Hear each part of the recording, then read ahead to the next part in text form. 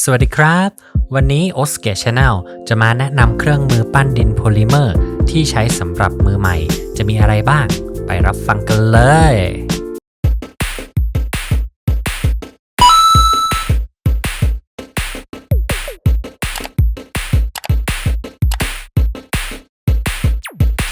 อันนี้ทำความเข้าใจก่อนนะครับว่าเครื่องมือปั้นที่ผมจะแนะนำต่อไปเนี้ยเป็นเครื่องมือที่ผมใช้ทำงานเป็นประจำนะครับเพื่อนๆอาจจะมีเครื่องมือที่ใช้แตกต่างกับผมบ้างแต่ขอแนะนำไว้สำหรับผู้เริ่มต้นกันก่อนเลยแล้วกันนะเครื่องมือที่ติดตัวเรามาโดยธรรมชาตินะครับก็คือนิ้วมือเรานั่นแหละนิ้วของเราจะช่วยในการเริ่มปั้นรูปทรงต่างๆโดยรวมนะครับแล้วก็เกลี่ยดินบนตัวงานในขั้นต้นนั่นเองไม่ว่าจะเป็นการบีบนวดเกลี่ยดินนิ้วมือของเราสามารถใช้ได้ดีเลยแหละ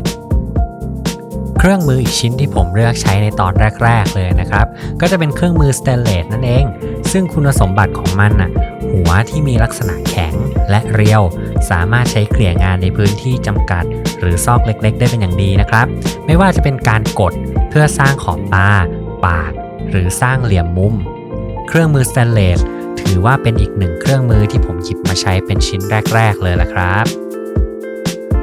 เครื่องมือต่อมาจะเป็นเครื่องมือหัวซิลิโคนนะจะเป็นเครื่องมือที่มีความอ่อนนุ่มเกลี่ยดินในที่ที่เกลี่ยยากได้ดีแล้วก็ไม่ทำให้ดินเป็นรอยเครื่องมือด้วยแหละเวลาที่ทำการเกลี่ยดินในจุดที่เข้าถึงยากเครื่องมือซิลิโคนจะมีหลากหลายหัวไว้ใช้นะครับแล้วแต่สถานการณ์เลยอันนี้ก็ขึ้นอยู่กับเพื่อนๆเลยว่าจะลองพลิกแพลงเครื่องมือซิลิโคนนี้ใช้ในรูปแบบไหนลองดูกันนะเครื่องมือในหมวดหมู่การขูดเครื่องมือแบบนี้จะมีความทนทานในเรื่องของการรองรับสภาพแรงกดเพื่อขูดดินส่วนเกินออกมาได้ดีนะครับ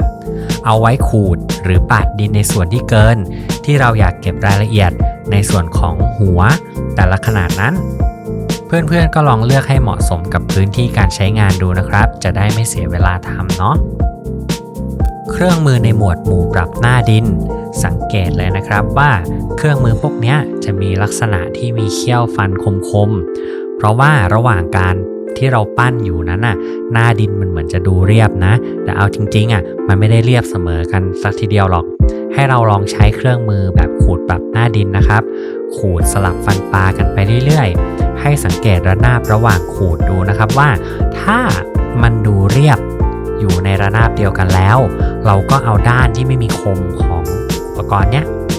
มาเกลี่ยหน้าดินได้เลยหลังจากนั้น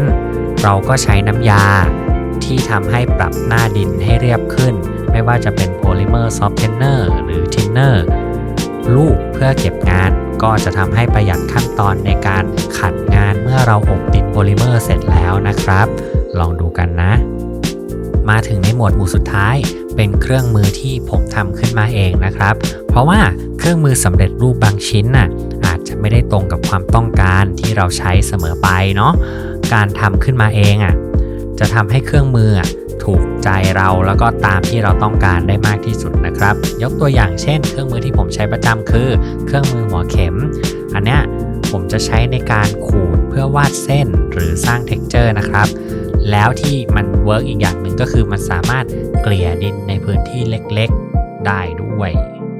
ถัดมาคือเครื่องมือช้อนตักสีนะครับอันเนี้ยผมจะเอาช้อนตักสีของทามิยาที่ซื้อมาตะไบไปนะครับเพื่อให้ได้รูปทรงที่ต้องการแล้วเอาไว้กดในซอกหลืบๆเล็กๆอย่างเช่นพวกหางตาหัวตาแล้วมันก็สามารถเกลี่ยในพื้นที่จำกัดได้ดีส่วนด้านแบนอีกด้านหนึ่งนะครับผมจะทำให้มันเป็นลักษณะคล้ายกับมีดโดยการใช้ตะไบด้านสันขอบของมันให้คมนะครับแล้วผมจะใช้เครื่องมือเนี้ยในการตัดดิน